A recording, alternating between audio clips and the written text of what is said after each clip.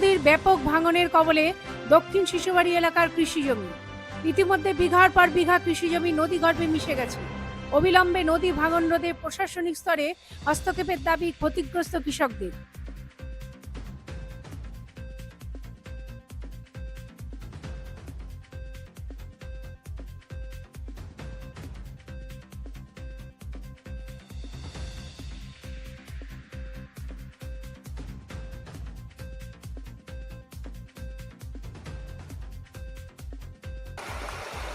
आज ये तुनकर इलाका में जो नादी को बहुत दूसरा साइड में आएगा इकल्ले का चाहता है ये बरसात का टाइम में इके बांधे पड़ी इकर खेत हमनी कर सब खेत मन टूट फेट के सब चल जाते हमनी कर खेती बाड़ी करके कमा के खाक पे होल हमनी का दूसरा व्यवस्था जे नखे जे हमनी दूसरा करके खाप ए हमनी कर जते खेती खेत मन के जते धान मान होल अच्छा हो सकेल ए मन के गिलाक साल से इबार कितना नुकसान भोगला ये इलाका में ये बहुते हो गया बहुत एखन तो बहुत गिराक साल तो थोड़ा मोड़ा जाएगा कि साल तो इसलिए 7-8 बीघा से वगैरह हो जा है ये खेत बाड़ी टूटल मान तो यार कोनो खेत बाड़ी कर कोनो त्योहार कोनो अथी नहीं करा था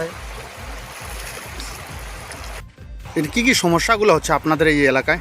দাদা দেখেন এইখানে তো অনেকদিন থেকে সমস্যা, বৃষ্টি প্রতিবারে আসে আমাদের জমিটা মানে অনেক এদিকে নদী চলে আসছে আর আমাদের খুব অসুবিধা হচ্ছে। এইটার নিয়ে আমরা চাচ্ছি যে আমরা সরকারের থেকে কিছু একটা সুবিধা পাই, কিন্তু অনেক চেষ্টা করার পরেও আমরা কিছু পাই না।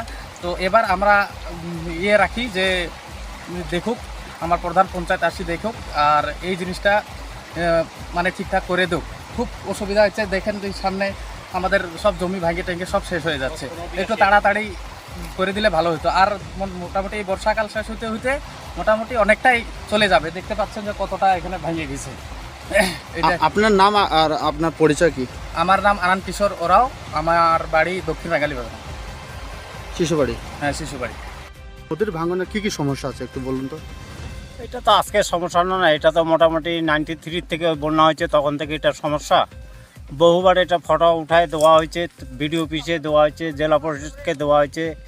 আমরা নিজের পয়সা খরচা করে কতগুলো পয়সা খরচা করে ফটো উঠেছি, নদীর কাগজপত্র জমা দিছি, কিন্তু ওই হবে ওই 93 থেকে আমাদের বাড়ি ঘর সব ভাঙে গেল। ওই যে আমাদের বাড়ির মেন বাড়ির এইটা আমরা বাড়ি অন্য জায়গায় নিয়ে গেলাম, কিন্তু এখন পর্যন্ত কোনো বান টানদের কোনো কিছু হয় না। খালি ওই নিয়ে যায়, ফটো নিয়ে যায়, এই আজকে হবে কালকে হবে, এইভাবে করতে করতে প্রায় এখানে 12-14 বিঘা জমি, এগুলো সব কিন্তু রাখা 3-4 জনের জমি আছে এখানে। হ্যাঁ, নজমাল হোসেনের আছে, সাইফুর রহমানের আছে, তার মধ্যে তৈয়ব আলীর আছে, আবার জাকিরের আছে, এদিকে এই যে আবুল হোসেন, আব্দুল সুবহান, আমিন, এদিকে মোটামুটি 15-20 জনের জমি মানে ডেলি এইভাবে ভাঙতেছে। এই যে সব এই যে জমিগুলা সব এইভাবে ভাঙতেছে, কারো কোনো গুরুত্ব নাই, না জেলা পরিষদ, না পঞ্চায়েত সমিতি, না মানে কোনো উপরমহল থেকে যে একটা স্টেপ নিয়ে এটা বাঁধ একটা করে দিবে, কিন্তু করতেছে এই যে আবাদি জমি সব ধ্বংস হয়ে যাচ্ছে, কারো কোনো লক্ষ্যই নেই এর মধ্যে।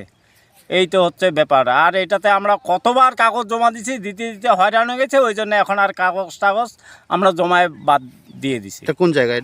এটা হচ্ছে এটা মধ্য রাঙ্গালি না, এটা দক্ষিণ রাঙ্গালি না। এই মধ্য রাঙ্গালি না দক্ষিণ রাঙ্গালিনার সিমনায় আমরা আছি আর কি। আপনার নাম এবং আমার নাম আব্দুল ওয়ারিক।